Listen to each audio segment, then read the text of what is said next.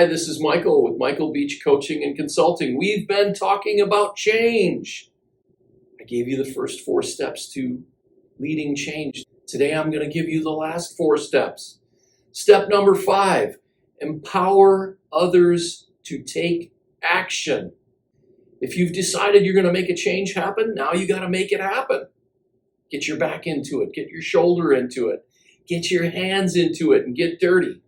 Step 6, produce some wins, build some momentum. Have you ever heard of low-hanging fruit? Well, the low-hanging fruit's the easy stuff to go pick. So get busy picking it and build some positive momentum. Step number 7, when the going gets tough, keep going. Don't let up. Stay focused. And for heaven's sakes, encourage everybody else on the team, because when the going gets tough, people need to know we're close, we're almost there. Final step, if you want to make change stick forever, you got to build culture. Because culture eats strategy for breakfast, lunch, and dinner.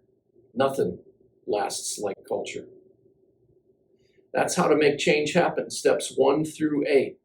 Thanks for being with us. I hope now you feel ready, willing, and able to go lead change.